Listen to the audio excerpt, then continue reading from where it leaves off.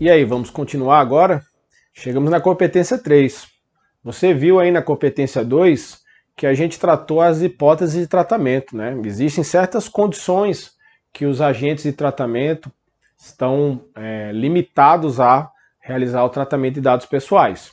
Mas você também viu anteriormente na competência 1 que a lei estabelece essa tutela do titular, né? A lei cria um conjunto de ferramentas que são positivadas através dos direitos do titular para exercer essa cobrança, esse respeito à lei, inclusive concretizando esses princípios que estavam lá previstos.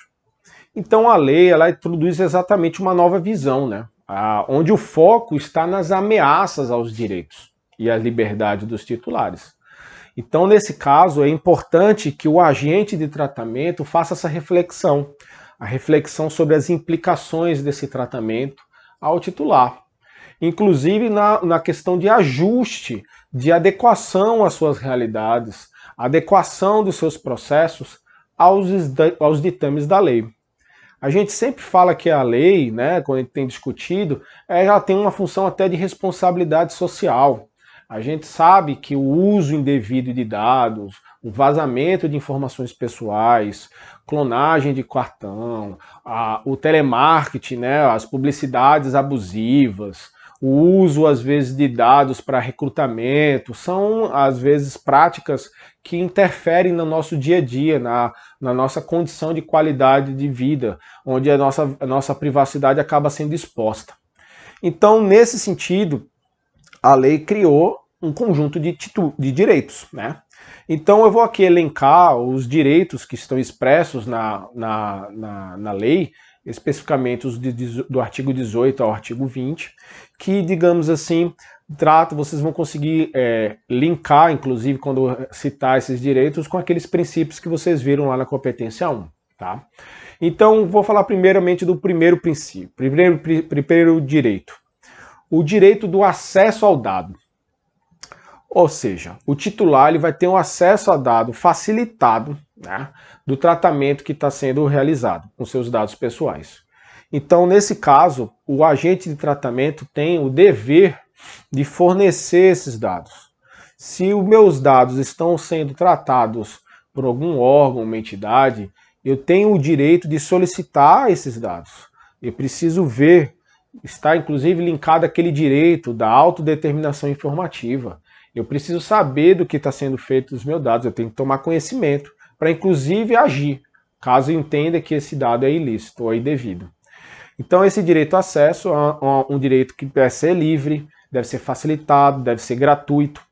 Isso não pode, o agente de tratamento não pode estabelecer algumas barreiras para esse fornecimento. E obviamente esse direito vai exigir que os agentes de tratamento estruturem suas soluções, seus arquivos, seus sistemas a essa condição de direito, de fornecer essa informação. Às vezes a gente já tem dispositivos, né? Às vezes tem algumas aplicações que já permitem a consulta dessas informações para que o titular tenha expressamente aquele conteúdo que está sendo utilizado, tá? Esse é o primeiro direito que eu queria linkar aqui. O segundo direito é o direito da confirmação da existência do tratamento. Veja, é diferente do primeiro, eu não estou solicitando o acesso, eu estou solicitando a confirmação. Eu vejo que existem tratamentos de dados relacionados a um conjunto lá específico, para uma finalidade específica, suportado por uma lei específica sobre o uso por uma política pública. Mas eu quero saber se meus dados estão lá sendo considerados. Eu estou sendo considerado como uma prioridade ali na decisão sobre a prioridade da política específica, eu posso demandar uma confirmação. E eu não estou pedindo acesso, eu estou pedindo que confirme. Meus dados estão sendo tratados estão sendo considerados para esse tratamento. Então, nessa situação, é um direito específico. Ele é, de fato, linkado com esse direito de acesso, mas ele tem que ser mais rápido, tem que ser mais célere, tem que ser mais diligente por parte do agente, já que não é um fornecimento de informação estruturado, um conjunto de fato que você poderia pensar no resultado, né, da requisição. Outro direito importante é o direito da correção. Isso está até linkado com aquele princípio da qualidade de dados. Ou seja, meus dados estão sendo processados, mas eu identifico que esses dados, quando eu tive acesso, ou então quando eu solicitei alguma confirmação, esses dados estão sendo processados de forma desestruturada, ou estão incorretos, estão desatualizados, estão incompletos. Então a lei exige que o titular, através de requisição, cobre do agente de tratamento a correção dessas informações. Acontece, às vezes, em alguns casos, a informação de nomes de casado, de solteiro, ou às vezes um erro de digitação que foi replicado. Isso até para fins de futuras implicações ou de futuras acusações ou serviços que não forem atendidos por causa de informações incorretas. Então esse direito já é concebido, tá? Você tem o poder de solicitar essa requisição, ou fazer essa requisição para a correção dessas informações. Outro direito importante é o direito da anonimização, bloqueio, eliminação daqueles tratamentos que você entende desnecessários ou tratamentos que é desconforme. Caso você se depare com algum tratamento de dados que você entenda que ele não é mais necessário, que os seus dados estão lá, não são necessários para isso, eu posso solicitar que esses dados sejam, às vezes, anonimizados, seja, como eu falei lá na competição, descaracterizados, que não possam me identificar. Eu posso fazer essa solicitação. Ou até se eu me deparei com algum tratamento que é desconforme. O tratamento desconforme me dá o direito de solicitar que esse dado seja, às vezes, eliminado, bloqueado, né? Um tempo desse tratamento não pode ser feito. Então, esse direito dá uma nova forma de você conseguir aplicar não só a correção, mas a própria eliminação, a desvinculação desse dado para ele não se tornar um dado identificado, um dado pessoal da pessoa natural identificada ou identificável, no caso, né? Outro direito bem importante é o direito da portabilidade. O direito da portabilidade, ele é um direito que está associado exatamente nessa situação de transição, de comunicação entre os agentes de tratamento. A gente tem agora uma possibilidade de requisitar que seus dados, conforme estão lá utilizados naquele tratamento, sejam transferidos, né, para outro controlador. Então tem que ser expressamente solicitado pelo titular para que sejam transferidos esse conjunto de informações, e eu não preciso estar fornecendo novamente ou tendo coleta, até para facilitar o manuseio desses dados e dar maior segurança. Agora eu faço a ressalva que na lei estabelece que a Autoridade Nacional de Proteção de Dados irá regulamentar.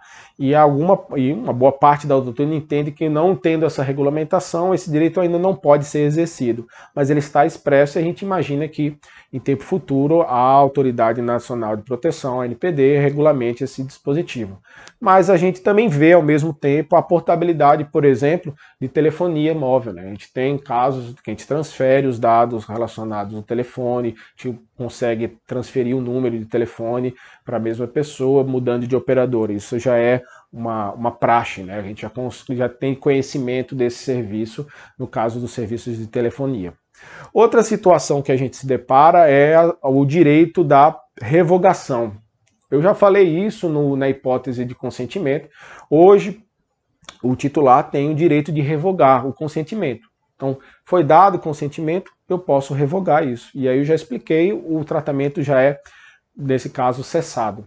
Mas, ao mesmo tempo, existe outro direito que também é delimitado, e aí esse também uma parte da doutrina entende que são distintos, que é o direito da eliminação dos dados com base no consentimento. Veja, eu posso solicitar a revogação, mas não quer dizer que eu estou solicitando a eliminação dos dados. Por isso que boa parte da doutrina orienta que você faça a solicitação casada. Eu revogo, caso eu quero ainda que seja eliminado, eu também solicito a eliminação. E isso dá até uma garantia, porque às vezes a entidade pode, de fato, continuar ainda com uma armazenagem, um conteúdo das suas informações, porque você ainda não solicitou a eliminação. Mas isso vai depender também da interpretação da autoridade, de formas e de conteúdo que isso pode, digamos assim, acarretar sobre o tratamento. Outro direito importante é o direito de peticionar, na verdade, peticionar, fazer até uma reclamação à autoridade nacional. Lembre-se que a gente tem esses diversos conteúdos de direitos, que eu estou linkando aqui, mas em certas situações a gente não é atendido. Ou até em caso flagrante a gente vê uma inconformidade. Às vezes teve um dado que foi vazado. Então a gente pode, através do site da autoridade, o site da Autoridade Nacional de Proteção de Dados, está lá na portaria, você pode abrir um formulário, preencher todas as informações do que ocorreu, qual é o descumprimento, falar do fato, falar das situações e transmitir isso à autoridade para iniciar um processo de fiscalização. Aí a autoridade terá o poder de solicitar informações complementares, as justificativas do agente de tratamento, o que foi feito em medida protetiva, de medida preventiva para não ocorrer novamente, para reduzir o impacto. Enfim, tem várias exigências que a autoridade pode dar, né? E aí ele vai comunicar ao encarregado, mas esse direito está expresso aí de peticionar.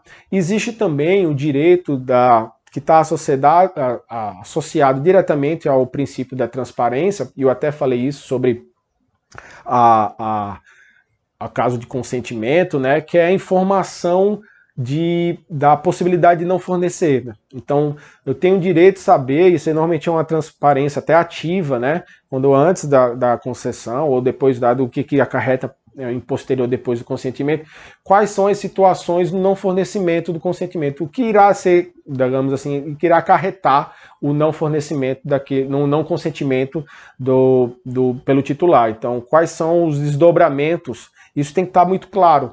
Então, o titular tem esse direito de dizer, eu não dei mais o consentimento, mas eu não sei o que iria acontecer se eu não tivesse dado. Ou então eu não dei porque também não estava claro para mim o que queria decorrer desse não consentimento. Então, esse consentimento está expresso. Existe um outro direito, que esse é importante também, mas ainda também vai passar por uma jurisprudência, por uma interpretação mais objetiva, né, da situação, que é o direito da oposição. E aí, nesse caso, é o fato do titular recorrer ou recursar, né, se opor a algum tratamento porque entende que ele está sendo abusivo, que ele está sendo ilegítimo. Então, essas condições de direito, você teria, digamos assim, a forma de contrapor um tratamento que está sendo feito. É lógico que isso vai depender se há um dispositivo legal que respalde, isso também vai entender uma condição de jurisprudência, quais as situações que você pode recorrer ou não, se opor ou não, mas ele está previsto já na nossa lei, né? É uma das coisas que a gente espera que vai ficar mais concreto a partir do tempo da aplicação da lei. Outro direito interessante, que é um direito até bem mais específico, está relacionado à revisão de tomadas de decisão com bases em tratamentos automatizados. A gente vive num mundo tecnológico onde, por exemplo, a inteligência artificial e algumas aplicações baseadas em regras são, digamos assim, a base para a tomada de decisão. Então não é muito comum você entrar em alguma ferramenta, passar as informações e ter uma decisão, por exemplo, de um crédito, que o crédito é autorizado, não autorizado, um serviço está disponível, não está disponível, e você não fica claro para você, porque isso é feito em máquina, e qual é a condição, qual é a situação que, digamos assim, dá suporte. Essa é uma forma, inclusive, para você conseguir entender quais são os requisitos para a tomada de decisão ser feita, digamos assim, devida, né? Então é importante até para linkar com o princípio da não discriminação, né? Que os dados pessoais não sejam utilizados para decisões discriminatórias, para situações discriminatórias, que às vezes uma religião, uma condição de moradia ou de porte financeiro seja efetivamente o decisivo, por exemplo, para ser contemplado num recrutamento. Então esse tipo de situação é importante. Assim a gente consegue, digamos assim, fechar os principais direitos que possuem dentro da estrutura da lei, e a gente acaba, digamos assim, demonstrando que há um conjunto grande, né, de ferramentas. Você agora, como titular, você tem um conjunto grande de direitos que vão poder ser exercidos, né? E esse exercer os direitos exigirá, como eu falei, alguns serviços a serem prestados pelos agentes de tratamento. E nós, como órgãos públicos, entidades públicas, a gente também vai ter que se adequar e vai ter também que produzir serviços. Então a gente precisa, no caso específico, criar um canal de atendimento que sejam feitas essas requisições, né? Então nós definimos aqui no estado de Pernambuco, por exemplo, que a nossa ouvidoria seria o canal oficial para atendimento tanto presencial como eletrônico para realizar essas requisições, essas solicitações de informação, essas requisições, por exemplo, de revisão, todos esses conteúdos serem incorporados dentro, no caso, Pernambuco, a nossa ouvidoria geral. E aí o ouvidor recepcionando essas demandas, identificando que elas atendem essas exigências da lei, que é um tipo de serviço, ela vai de fato encaminhar para o encarregado, que do órgão da entidade responsável por aquele dado, e ele vai prover o atendimento dessa demanda, vai responder, ou for o caso, acesso à informação, para de fato ser disponibilizada ao titular ou ter uma resposta ao titular sobre o fato que ele utilizou como direito. Então esse conteúdo todo vai exigir essas incorporações, esses novos serviços dentro da nossa estrutura, tá? Então é importante que você perceba que no caso do serviço público, isso já está muito claro. Agora a gente sabe que também, depender da aplicação, o próprio titular pode resolver. Não é muito diferente, não é muito difícil de ver que a gente tem alguns serviços que a gente pode atualizar o nosso cadastro, quando a gente vê de forma errada, está errônea lá, as condições errôneas. A gente às vezes pode coletar essas informações. Então alguns direitos podem inclusive ser de forma automáticas, né? As próprias aplicações precisam considerar essa possibilidade. Então a gente pensa até no desenvolvimento das soluções tecnológicas, dos serviços digitais, já pensem também esses direitos, né? Pensem nessas estruturas de como eu vou confirmar de forma rápida, se eu posso, como é que eu posso dar acesso, às vezes a possibilidade de portabilidade, né? Então tudo isso a gente tem que ter em mente como um dos requisitos do desenvolvimento de novas soluções. E isso, no caso, também é aplicável ao serviço público, tá? A gente sabe que algumas solicitações de informação devem seguir ritos muito próximos ou próprios da própria lei de acesso à informação. A gente tem essa praxe no Estado, né? E os ouvidores têm um papel fundamental para a condução desse conteúdo. Então, a gente imagina que esse processo também vai ser incorporado no Estado de forma correta, tá? Então, é um dos impactos que eu iria citar aqui. A gente fala de outros conteúdos específicos, né? Conteúdos relacionados, por exemplo, à transparência e à Lei Geral de Proteção de Dados. A gente espera que vocês leiam o material, tem casos até bem práticos, para vocês entenderem e incorporarem, né? Mostrando a sinergia das duas normas e como a gente deve considerar no nosso ordenamento jurídico. Então eu queria agradecer aqui, fechar essa competência e vamos partir para a última competência, a competência 4. Obrigado, viu?